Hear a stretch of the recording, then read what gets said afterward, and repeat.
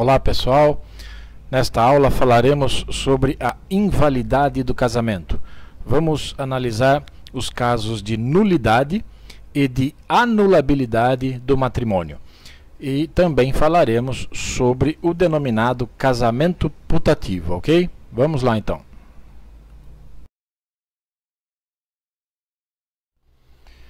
Existem casos de nulidade e de anulabilidade do matrimônio, né? Ou seja, casos que geram a nulidade absoluta do casamento e casos que geram a nulidade relativa do casamento. Vocês já estudaram lá na parte geral do Código Civil, quando trataram da invalidade dos atos e negócios jurídicos, que as consequências decorrentes de uma nulidade absoluta são diferentes daquelas advindas de uma nulidade, de um caso de nulidade relativa, né? Mas reforçando aqui, né, o vício do casamento nulo, né, ele é irremediável, né? Nulidade absoluta, o vício é irremediável, não pode ser suprido, não pode ser sanado, né? A ação que se propõe para declarar a nulidade de um casamento é uma ação imprescritível, não está sujeita a prazos prescricionais nem decadenciais, certo? Enfim, o artigo 1548 do Código Civil traz os casos de nulidade absoluta. Observem o caput. É nulo o casamento contraído. Então, se está dizendo nulo, estamos diante de nulidade absoluta, certo? Haviam dois casos no Código Civil 2002, o inciso 1 e o 2, só que o inciso 1 foi revogado, né? O inciso 1 ele foi revogado pelo Estatuto da Pessoa com Deficiência, em 2015, Lei 13.146 de 2015, né? Esse inciso 1 dizia que o casamento, que era nulo o casamento contraído pelo enfermo mental sem o necessário discernimento para os atos da vida civil.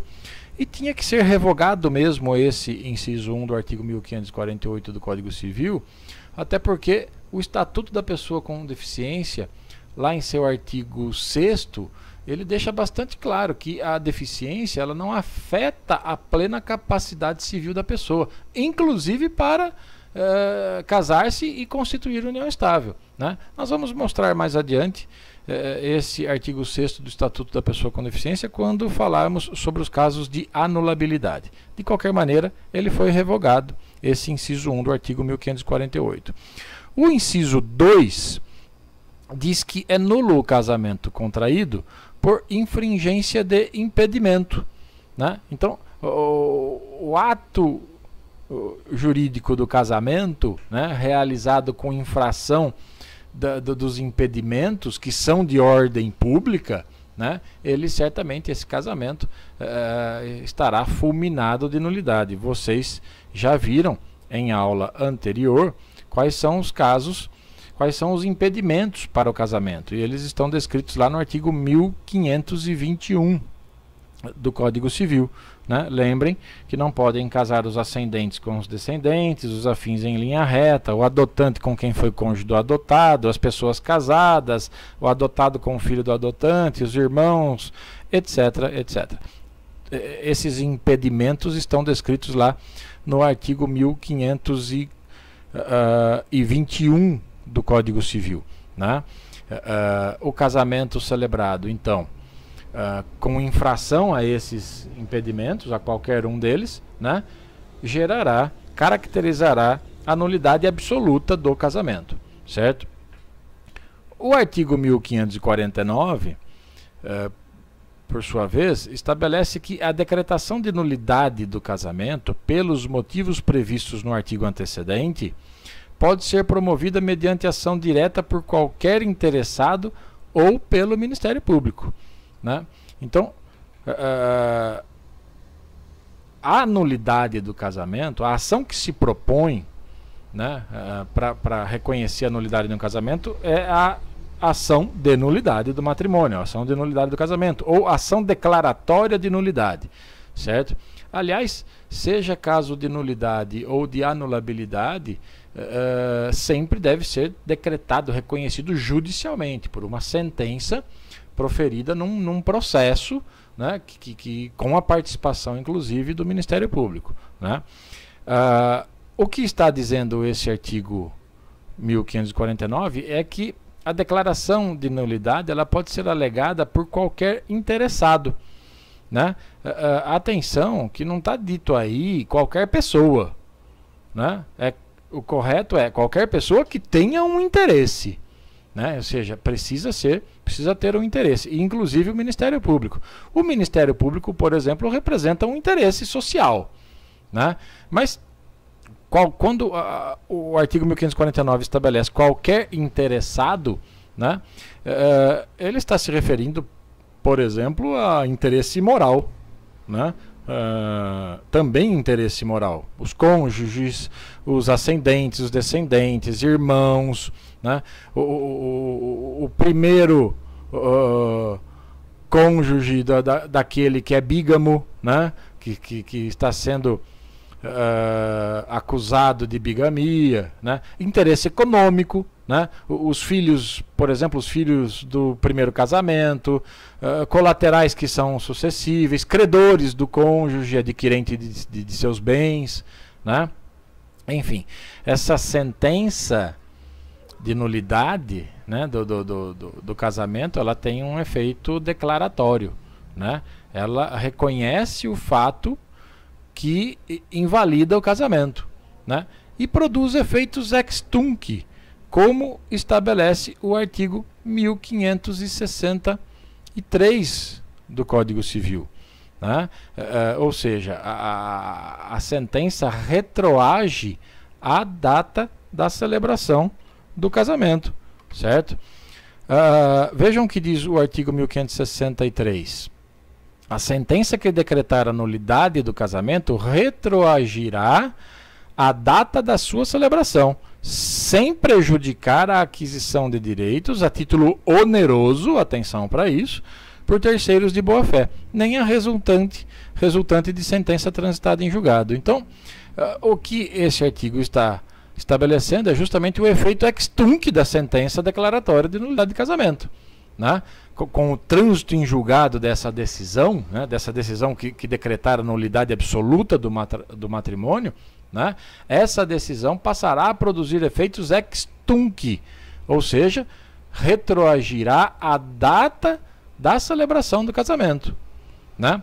Agora, observem que mesmo que torne nulo o casamento, mesmo que a sentença torne nulo o casamento, desde a celebração, retroagindo, né, ela não irá prejudicar a aquisição onerosa de direitos por terceiros de boa-fé, e nem, obviamente, a aquisição de direitos oriunda de uma decisão judicial já transitada em julgada, preservação da coisa julgada, né? O terceiro de boa-fé, por exemplo, ele tem seus direitos preservados, né, se adquirido a título oneroso, como está dito aí, né? Então, por exemplo, a compra e venda de um imóvel efetuado entre um terceiro e o casal, né? Esse terceiro, mesmo com a declaração de nulidade do casamento, ele tem como reclamar seus direitos, né? Agora, se esse terceiro obteve gratuitamente um imóvel, por exemplo, por meio de doação, aí ele não tem seus direitos preservados, certo? Aproveitando o ensejo, se a sentença reconhecer uma nulidade relativa, né, que não é o que está dizendo esse artigo, mas se reconhecer uma nulidade relativa, aí os efeitos são ex nunc, né? Ou seja, a partir do trânsito em julgado, conserva todas as consequências produzidas até aquela data, até a data da sentença, né? Então há um tratamento diferenciado, né, para as consequências de uma nulidade absoluta e de uma nulidade relativa, certo? Aproveitando o tema, né, o artigo 1562 do Código Civil estabelece, ele se aplica tanto à nulidade quanto à anulabilidade, né? Mas vamos aproveitar para comentá-lo. Antes de mover a ação de nulidade do casamento, a de anulação, a de separação judicial, a de divórcio direto ou a de dissolução de união estável, poderá requerer à parte, comprovando sua necessidade, a separação de corpos, que será concedida pelo juiz com a possível brevidade. A separação de corpos, ela é uma medida, ela é cercada de cautelaridade, né? Ela é uma medida cautelar preparatória até de um processo principal, né? Aliás, não só para ação de nulidade ou de anulação de casamento, né? Mas também para ação de separação judicial, divórcio direto, dissolução de união estável, certo? Essa medida, né, de separação de corpos, ela pode ser promovida antes da ação de nulidade ou de anulação do casamento, né? E ela é pleiteada, ela é proposta justamente por aquele cônjuge que comprova a necessidade dessa medida, né? Ele precisa demonstrar a urgência do pedido. É isso que está dizendo esse artigo, possibilitando isso, né? Essa separação de corpos, ela é uma faculdade, né? Daquele cônjuge que pretende deixar o lar conjugal ou que pretende o afastamento do outro cônjuge do lar conjugal, né? E sempre em razão aí de uma situação familiar insustentável, né? A preservação da integridade física e moral do cônjuge que a pleiteia, ok?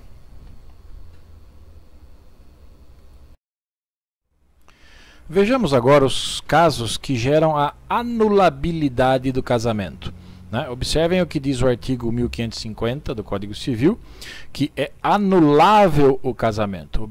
Portanto, estamos diante agora de casos que geram a nulidade relativa do casamento, diferente do que vimos agora na tela anterior, que eram casos de nulidade absoluta, né? Então, vocês observarão que o casamento ele é anulável, né, quando ele é contraído em desrespeito, com desrespeito a algumas disposições legais, né, com vícios da vontade, né, e também quando certas formalidades necessárias à sua validade não foram observadas, não foram atendidas, né.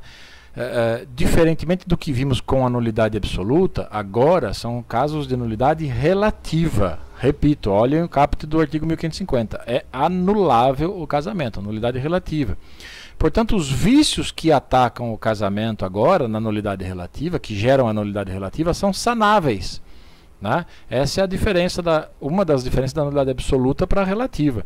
Os vícios agora dos casos que geram a anulabilidade do casamento são sanáveis, ou seja, eles permitem que o casamento subsista, né, por interesse das partes, né? Os casos de invalidade do casamento tratados lá no artigo 1548 acarretavam a nulidade absoluta do casamento, né? Eram contraídos, o casamento é contraído com algum vício insanável, né, que fere a ordem pública, né? Aqui não, né? Aqui vocês observarão que o casamento, o legislador tenta sempre manter o casamento, né? Tenta sempre conservar o matrimônio, né? Criando várias hipóteses de manutenção do vínculo conjugal criado, mesmo em se tratando de um casamento anulável, né? Os efeitos aqui, a ação proposta aqui é a ação de anulação de casamento, ou ação anulatória de casamento, né?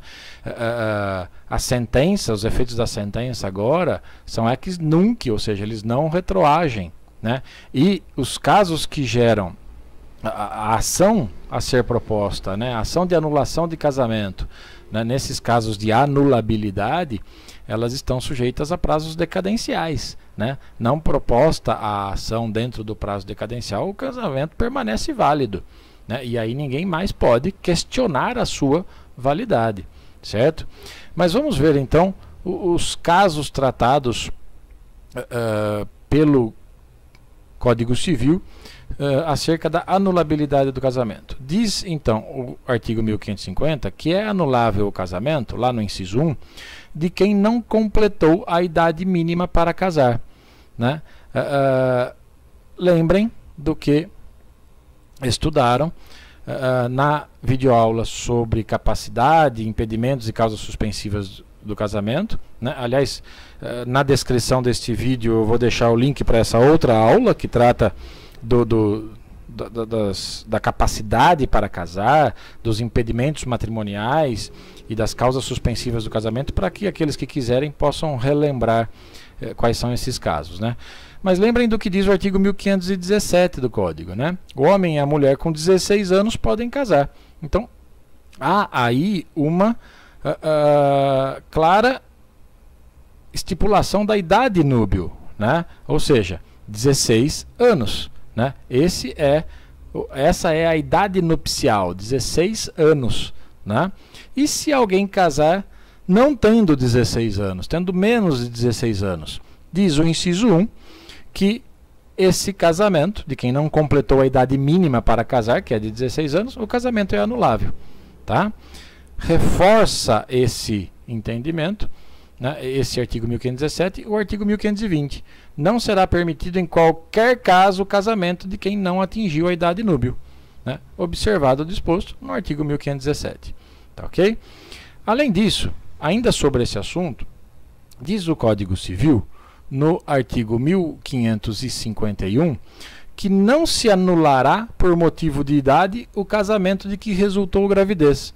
Vejam aí um exemplo de o legislador tentando manter a validade do casamento, manter o vínculo conjugal, né? Então, lícito, o matrimônio será lícito, né, se ele foi contraído espontaneamente, livre, né, livremente por ambos os cônjuges, mesmo antes da idade nupcial, mesmo que eles tenham menos de 16 anos. Né? Sejam os dois, né, cônjuges, os dois com menos de 16 ou apenas um deles, né?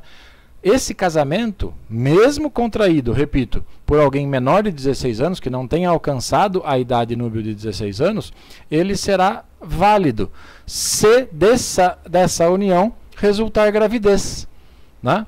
Porque essa irregularidade, digamos assim, entendeu o legislador, não deve prevalecer diante da constituição da família. A ideia é preservar a família, né? Preservar até mesmo os interesses do filho, né? Então o legislador entendeu que seria importante tutelar os interesses da família neste caso, né? Assegurar a constituição da família pelos seus pais. Se resultou gravidez, não se anula o casamento, né? Ele deixa de ser anulável. Diz o artigo 1552, né, que a ação, né, a anulação do casamento daqueles que ainda não completaram a idade núbil, né, dos menores de 16 anos, ela pode ser requerida pelo próprio cônjuge menor, por seus representantes legais ou por seus ascendentes, né? Então aí podem o tutor requerer, os pais, os avós, né, e também o próprio cônjuge menor. Certo? O artigo 1553 esclarece, dá detalhes disso, informando que o menor que não atingiu a idade núbil poderá, depois de completá-la, né, ou seja, aquele que se casou antes dos 16 anos, né, assim que ele completar essa idade, né, ou seja, completar 16 anos, ele pode confirmar o seu matrimônio, confirmar o seu casamento, né? Munido, claro, de autorização dos seus pais ou do tutor, né? Ou se negaram injustamente, como estudamos lá na aula anterior, né? Nas aulas anteriores, mostrando o suprimento judicial, né? Então, lembram quando estudaram a invalidade dos atos de negócios jurídicos, né? E uma diferença do ato praticado, do ato nulo para o anulável, é que o anulável pode ser ratificado, pode ser confirmado. É exatamente o que está possibilitando esse artigo 1553, né? Finalmente, lá no artigo 1560, lá para frente, e registro aqui que está meio fora de contexto, né? Essa disposição do parágrafo 1º do 1560 poderia ter vindo antes, aí, na sequência desses outros artigos, né? Está dito que tem um prazo, né? Então, nós vimos que quem pode propor a ação para anular o casamento são o próprio menor, né, os seus representantes legais ou os seus ascendentes, né? Lá no artigo no parágrafo 1º do artigo 1560, esclarece que esse prazo para propor essa ação é de 180 dias, é um prazo decadencial, né? Extingue-se esse direito de anular o casamento em 180 dias, né? Dos menores de 16 anos, esse prazo é contado, né, para os menores de 16 anos, esse prazo é contado do dia em que perfez essa idade, ou seja, do dia em que completou 16 anos, né? E é contado esse prazo da data do casamento para os seus representantes legais ou seus ascendentes, tá ok?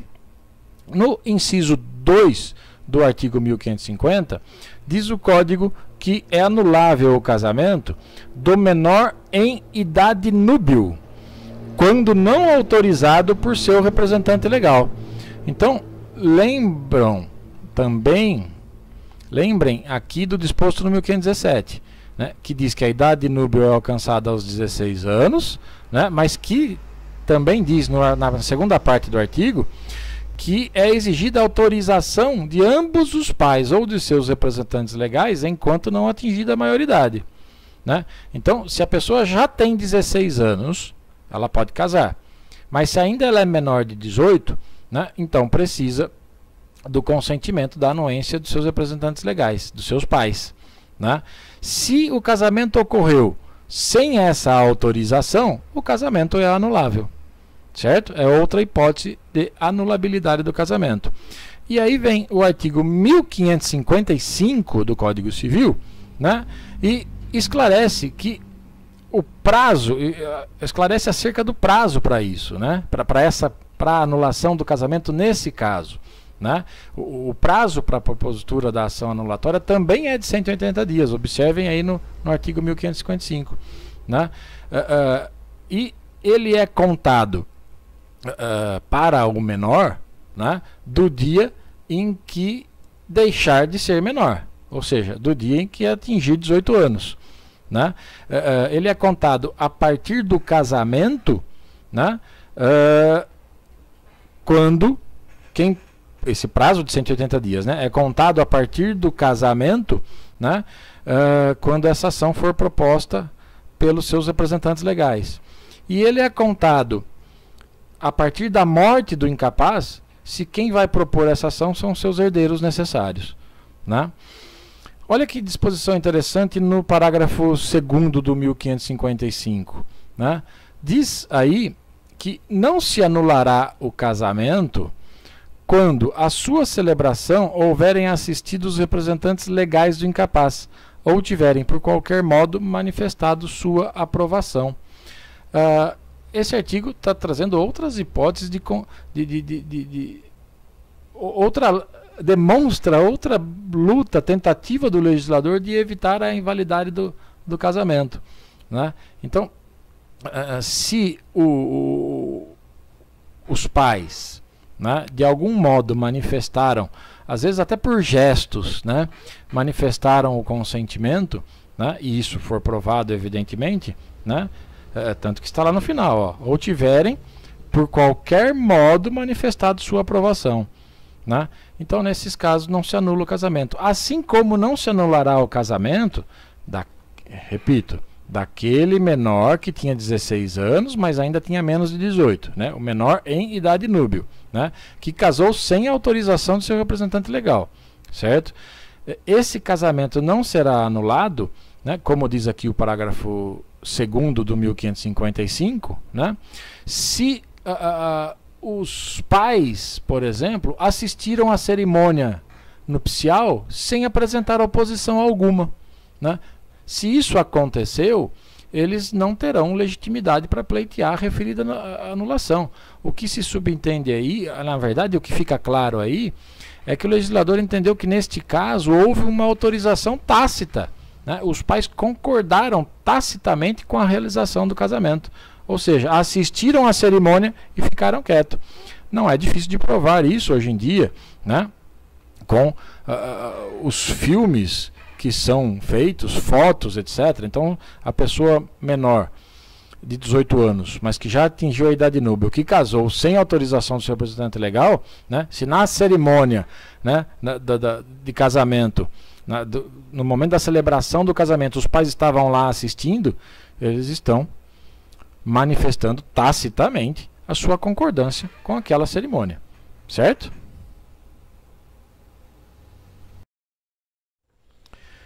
O mesmo artigo 1550 diz no seu inciso 3 que é anulável o casamento por vício da vontade e remete o leitor para os artigos 1556 a 1558.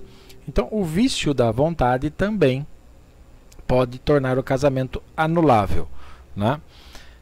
Analisando esses artigos, o 1556 estabelece que o casamento pode ser anulado por vício da vontade, se houve, por parte de um dos nubentes, ao consentir, erro essencial quanto à pessoa do outro.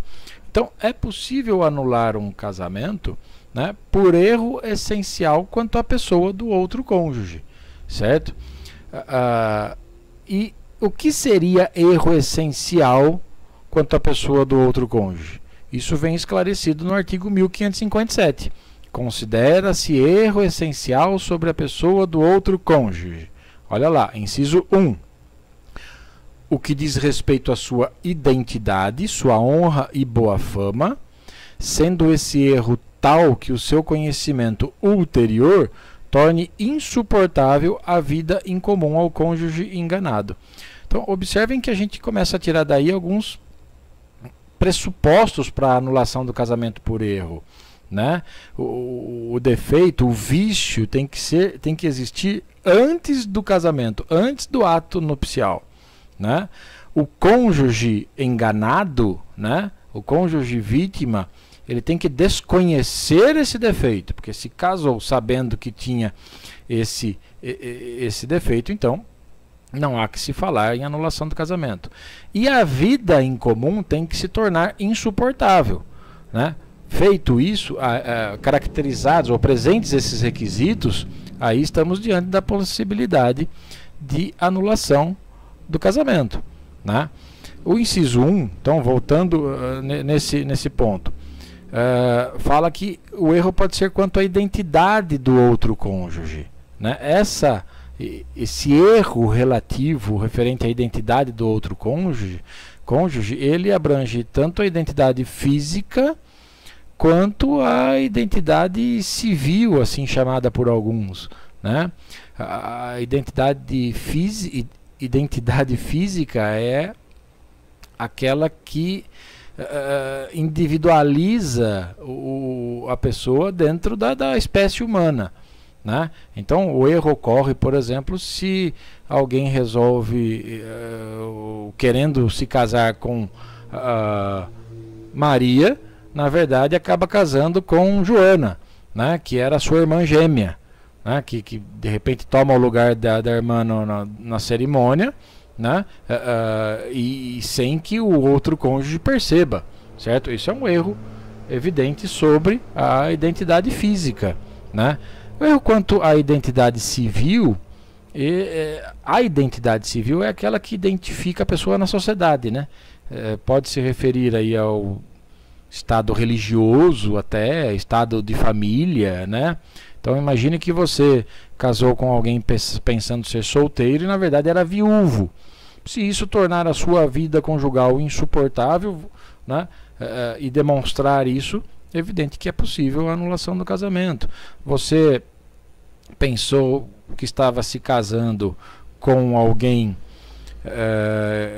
que não tinha vínculo religioso algum, quando na verdade, na realidade, se tratava de um padre, né?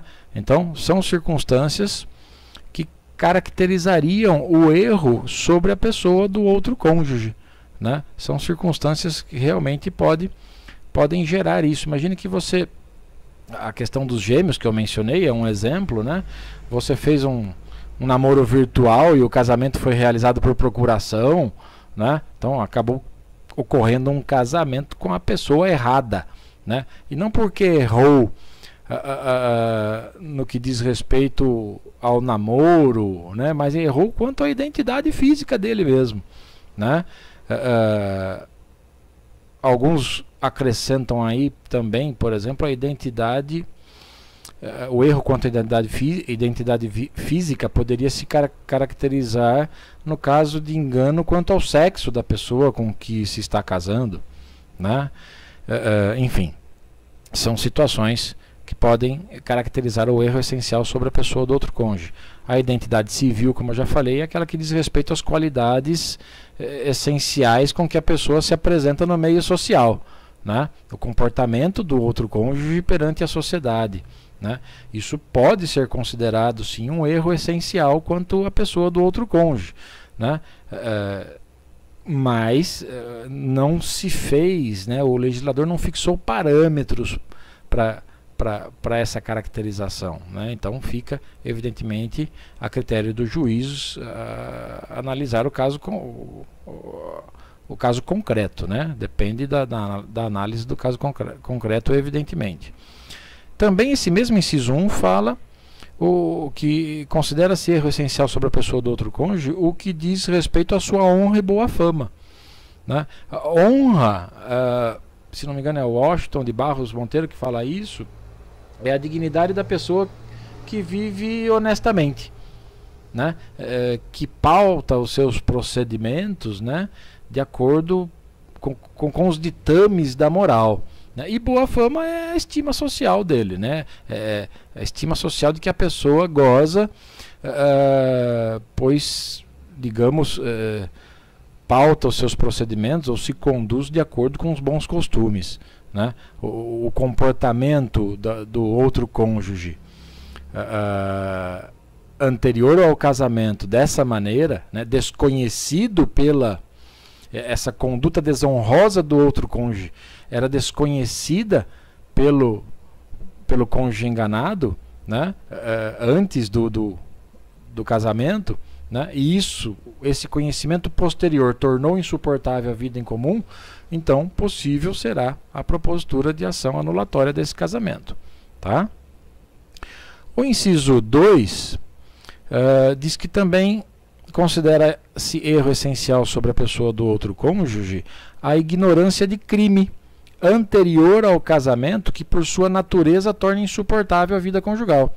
Então a ignorância de crime, né, na verdade de qualquer natureza, né, desde que torne insuportável a vida em comum, né, um crime anterior ao matrimônio, né, atenção a isso, né, irá constituir erro essencial contra a pessoa do outro cônjuge. Então esse crime tem que ser anterior ao matrimônio, ao casamento. O cônjuge enganado tem que desconhecer a prática desse crime e descobrir só depois que casou, né? Se tudo isso gerar a insuportabilidade da vida em comum, esse casamento, o cônjuge enganado, como é comumente chamado, está autorizado a pleitear a anulação do casamento, né? O inciso 3 fala que também caracteriza erro essencial sobre a pessoa do outro cônjuge, a ignorância anterior ao casamento de defeito físico irremediável que não caracterize deficiência ou de moléstia grave e transmissível por contágio ou por herança, capaz de pôr em risco a saúde do outro cônjuge ou de sua descendência. Esse inciso, né, o desconhecimento desse defeito físico irremediável que existia antes do casamento, né, pode tornar possível a anulação do casamento, né? Esse defeito físico irremediável ou moléstia grave e transmissível, né, autoriza a anulação do casamento. Observem que esse defeito deve ser de tal modo, deve ser tamanho que não permita, por exemplo, a consumação do casamento em toda a sua essência. Por exemplo, a incapacidade de se realizar o ato sexual, né?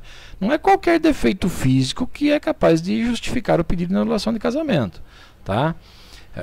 Ele tem que ser oculto e tem que interferir na relação matrimonial, certo?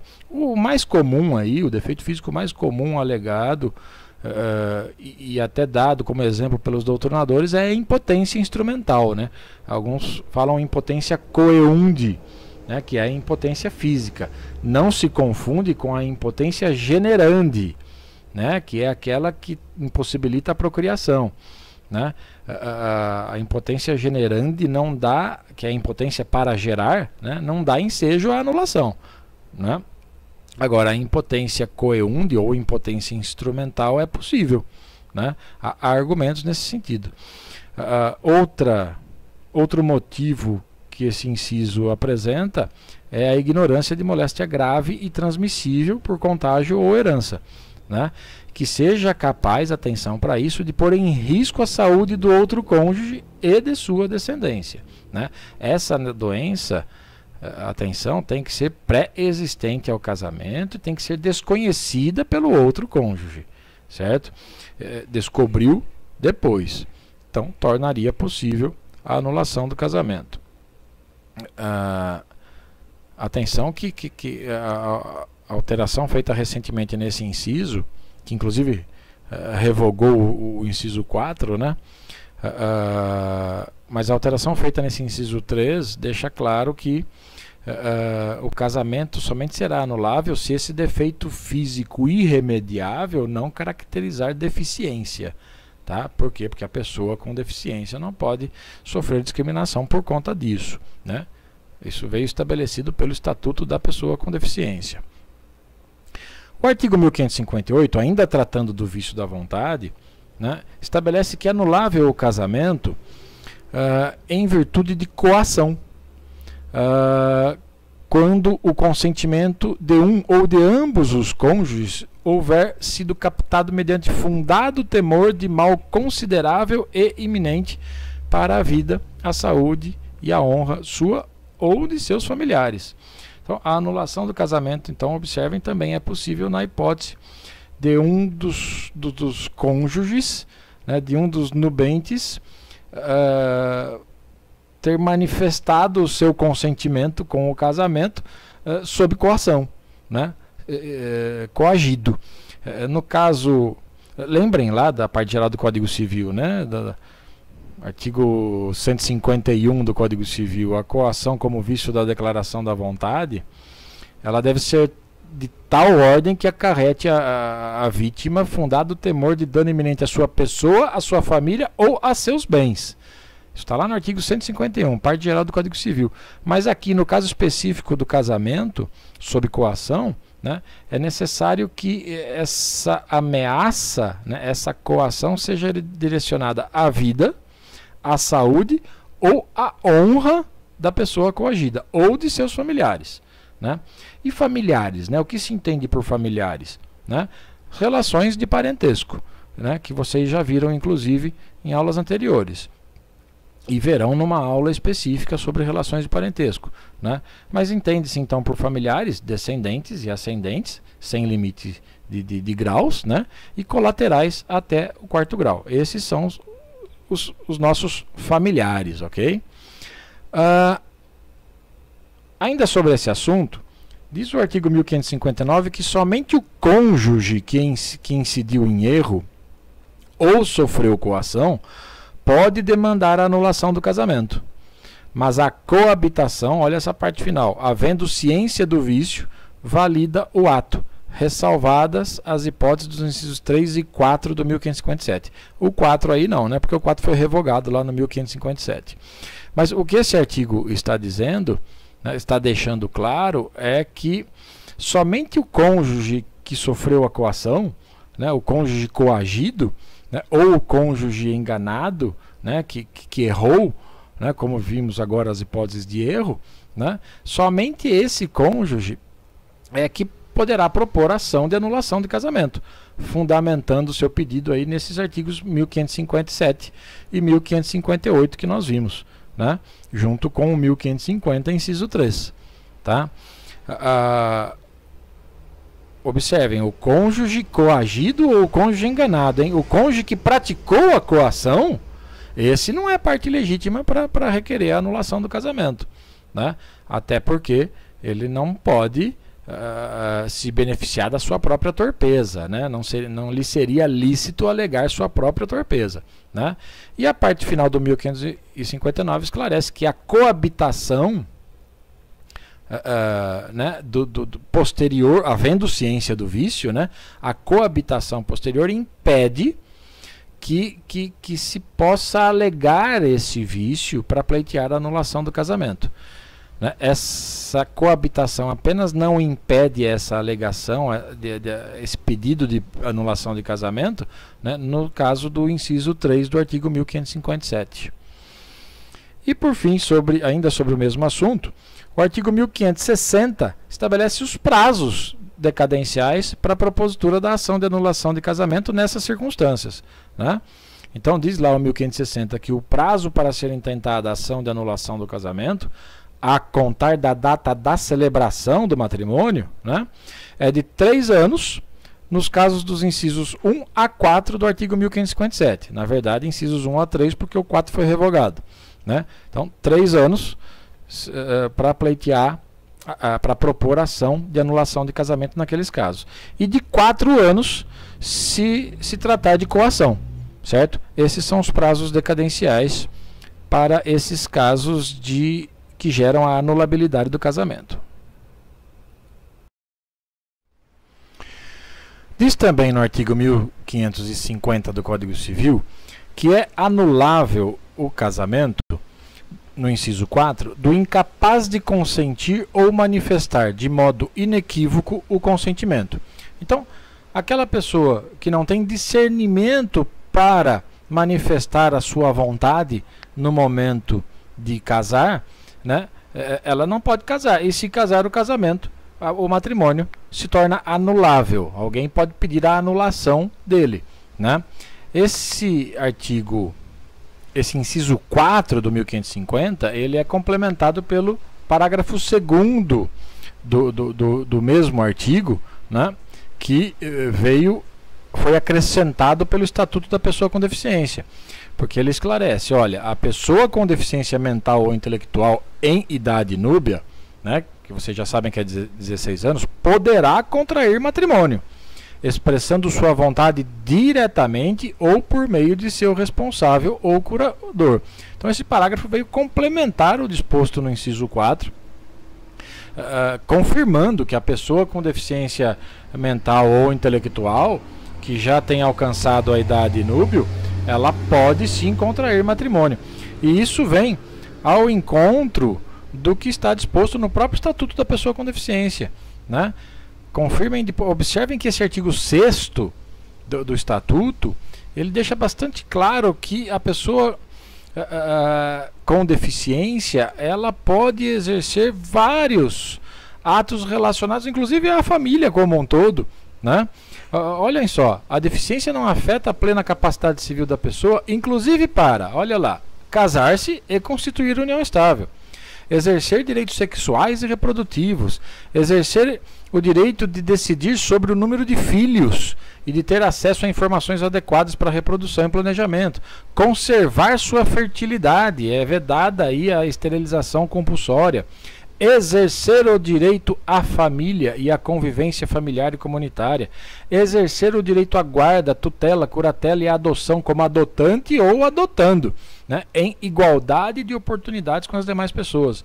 Então o Estatuto da Pessoa com Deficiência, como eu costumo dizer, mudou radicalmente o instituto das incapacidades previsto no Código Civil, né? Então é importante sempre se ter em mente isso, sempre se lembrar do que trata o Estatuto da Pessoa com Deficiência.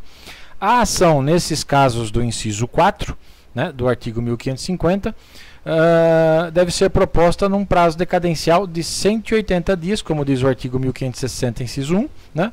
Esse prazo é contado da data da celebração do casamento.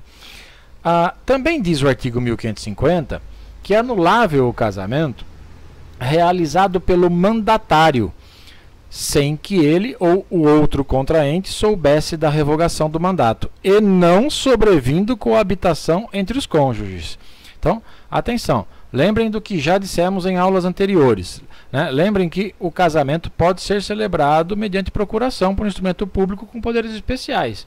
É o que está lá no artigo 1542. E nós já estudamos que esse mandato ele pode ser revogado, né? Você deu procuração para alguém casar, lhe representar na cerimônia de um casamento, né? Esse mandato, essa procuração que você deu, ela pode ser revogada, né? E essa revogação não precisa chegar ao conhecimento do mandatário, né? Mas se o casamento for celebrado sem que o seu procurador ou até o outro cônjuge, tivessem conhecimento dessa revogação, então o mandante, você que deu procuração, vai responder por perdas e danos. Isso nós já estudamos. Uma outra consequência, se isso acontecer, é exatamente tornar o casamento anulável, como está aí no inciso 5, certo? Só que esse casamento se torna anulável desde que não sobrevenha coabitação entre os cônjuges, certo? Essa revogação da procuração se equipara ou surte os mesmos efeitos, né, da invalidade do mandato decretado judicialmente. Então, se a procuração que você deu for decretada a invalidade dela judicialmente, isso se equipara à revogação e surte os mesmos efeitos que já vimos até agora, né? O prazo para a propositura da ação nesses casos específicos, né, nesse caso específico daquele casamento realizado pelo mandatário, né, o prazo para anulação do casamento é de 180 dias. Tá?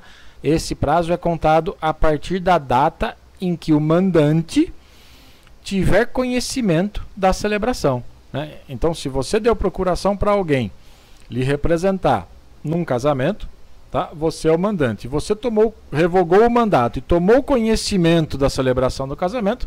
A partir desse momento você tem 180 dias, isso, né? 1560, parágrafo 2º, 180 dias para pleitear a anulação do casamento. Repito, tudo isso é possível, ou seja, a anulação do casamento é possível, ele se torna anulável, né, se os cônjuges não coabitarem depois do casamento. Se houver essa coabitação, o casamento deixa de ser anulável e ele passa a ser plenamente válido e ninguém mais pode pedir a anulação dele. Tá ok? Outra hipótese de anulabilidade do casamento é aquele casamento celebrado por com incompetência da autoridade celebrante, né? O casamento, então, gera a anulabilidade do casamento, a incompetência da autoridade celebrante. Agora, é uma incompetência aí, eu diria relativa, né? A incompetência em razão do local, né? Então, tem o juiz de paz autorizado a celebrar casamentos na capital do estado de São Paulo, né? E ele vem para o interior celebrar casamentos. Ele não tem essa autoridade. Esse casamento é anulável, certo? Essa incompetência relativa dele, essa incompetência, se for absoluta, né, aí pode tornar o casamento nulo ou até mesmo inexistente. Então pensem o seguinte: se você se casa se pede para um delegado de polícia realizar o seu casamento, seu matrimônio, né, a incompetência dele é absoluta. Ele não tem autoridade para celebrar o casamento, para presidir a cerimônia, né? Esse casamento, alguns sustentam que ele é nulo, porque desrespeitou uma formalidade prevista na norma. Eu prefiro dizer até que ele é inexistente, certo? Inexistente. Por que inexistente? Porque não houve casamento, certo? Para o casamento ser nulo ou anulável, ele precisa existir. Um casamento, se você, junto com a sua namorada, vem até mim, professor Fernando Frederico, e diz aí: ô professor, casa a gente aqui, e eu celebro o casamento, esse casamento não existiu. Isso não é um casamento, certo? Então, essa incompetência, eu costumo dizer, é uma incompetência relativa, em razão do local, né? Vejam o que diz o artigo 1554 sobre esse assunto. Subsiste o casamento celebrado por aquele que, sem possuir a competência exigida na lei, exercer publicamente as funções de juiz de casamentos e, nessa qualidade, tiver registrado o ato no registro civil. Percebam que o legislador está tentando a todo modo aí manter o casamento válido, né? Então, se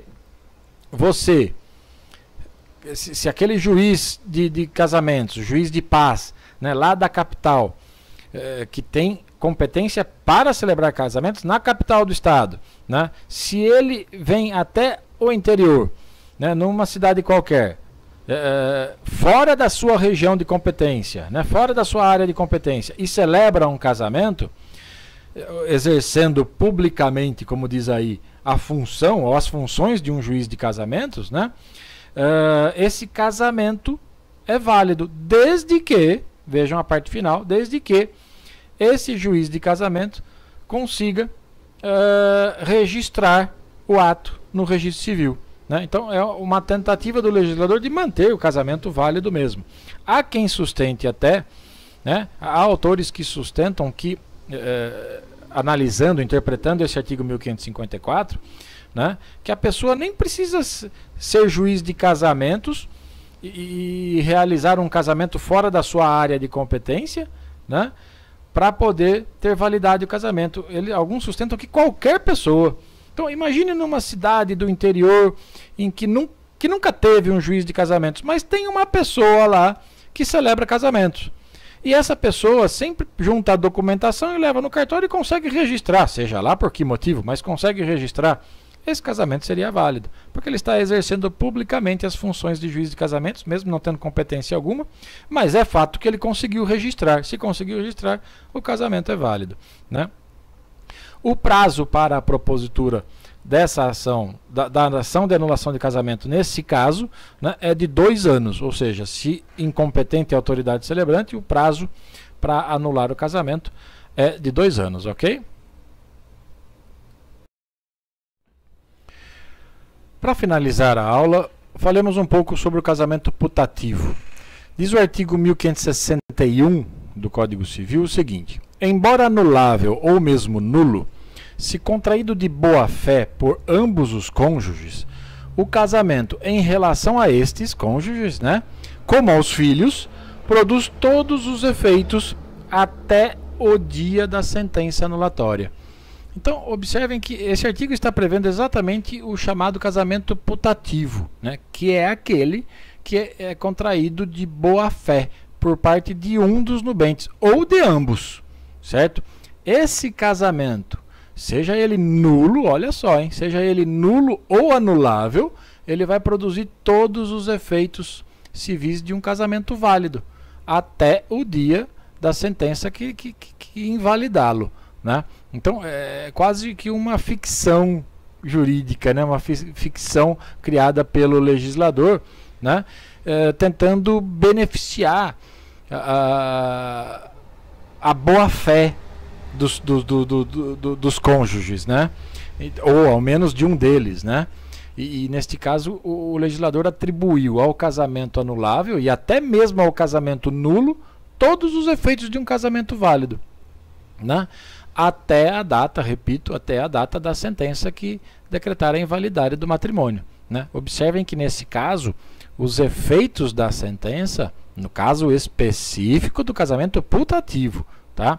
Os efeitos da sentença são ex nunc, né? O termo putativo, apenas para a gente guardar, né? Putativo vem do latim putativus, né? Que significaria mais ou menos imaginário, né? Putare, que significaria imaginar, crer, acreditar, né? Traduzindo isso dá mais ou menos o seguinte: estar convencido da verdade dos fatos, certo? Tá aí a boa-fé, né? O casamento putativo, aquele contraído de boa-fé por um ou por ambos os cônjuges. Mesmo sendo nulo ou anulável, esse casamento produzirá todos os efeitos, né? Agora, o parágrafo 1º e o parágrafo 2º, eles trazem outras circunstâncias também decorrentes do casamento putativo. O parágrafo 1º diz: se um dos cônjuges estava de boa fé ao celebrar o casamento, os seus efeitos civis só a ele e aos filhos aproveitarão. Então, o casamento, o que esse parágrafo está fazendo, né, prevendo a hipótese de apenas um dos cônjuges estar de boa fé. E neste caso específico, somente esse cônjuge de boa fé, né, é que se aproveitará dos efeitos civis do casamento, né? Complementa esse artigo 1561 o disposto no artigo 1564, que estabelece que quando o casamento for anulado por culpa de um dos cônjuges, né? Então a anulação por culpa de um dos cônjuges, quer dizer, o outro é inocente, o outro estava de boa fé, né? Esse culpado, né, incorrerá, olha lá, inciso 1, na perda de todas as vantagens havidas do cônjuge inocente. E 2, na obrigação de cumprir as promessas que ele fez no contrato antinupcial, no pacto antinupcial. Então, esse parágrafo primeiro, quando apresenta, né, a hipótese de apenas um dos cônjuges estar de boa fé, está deixando claro que esse cônjuge de boa fé pode sim se aproveitar dos efeitos civis do casamento, assim como os filhos advindos desse casamento, né? Então, o cônjuge de boa fé, por exemplo, pode manter o sobrenome do cônjuge de má fé, né? É um efeito civil de que ele pode se aproveitar. Há quem sustente até que, na hipótese, se for o caso, né, de emancipação ocorrida pelo casamento, né, a emancipação não perdurará em relação ao cônjuge de má fé, somente em relação ao de boa fé, né? Um efeito patrimonial grande aí, né, do casamento, na partilha de bens, né, o cônjuge de má fé perde todas as vantagens econômicas que surgiram do casamento, né? Então ele não pode, por exemplo, pretender ameação do patrimônio com que o cônjuge inocente entrou para o casal, né? Ao contrário, o cônjuge inocente tem direito à ameação dos bens trazidos pelo cônjuge culpado, né? Então esse é um efeito que mexe no bolso aí dos nubentes, né? Dos contraentes. Enfim, o de boa fé se beneficia e o de má fé não. Os filhos, evidentemente, também aproveitam os efeitos civis. E o parágrafo 2º vem com a hipótese de ambos os cônjuges estarem de má fé ao celebrar o casamento. E neste caso, como não podia deixar de ser, somente os filhos aproveitarão os efeitos civis do casamento. Observem que os filhos nunca são e nunca podem, não poderia ser diferente, né? Não podem ser prejudicados, né? Os efeitos civis de um casamento, seja ele nulo ou anulável, estejam os cônjuges de boa ou de má fé, os efeitos civis de um casamento sempre socorrem os filhos, né? A Constituição Federal, nós já vimos isso lá no início do curso de Direito de Família, né, no artigo 227, parágrafo 6º, se não me engano, assim como o próprio Código Civil, ambos trouxeram a total, a absoluta equiparação dos direitos entre filhos havidos dentro do casamento com aqueles filhos concebidos fora do matrimônio. Então não há que se fazer diferença. Filho é filho. Seja o casamento, a anulação do casamento dos seus pais ou a declaração de nulidade do casamento dos pais não pode prejudicar nenhum dos filhos. Tá ok? É isso, pessoal. Esta foi a aula sobre a invalidade do casamento, em que analisamos as hipóteses de nulidade absoluta do matrimônio, as hipóteses de nulidade relativa do matrimônio, né? Nulidade e anulabilidade, assim como as características do casamento putativo, ok? Grande abraço em todos e todas.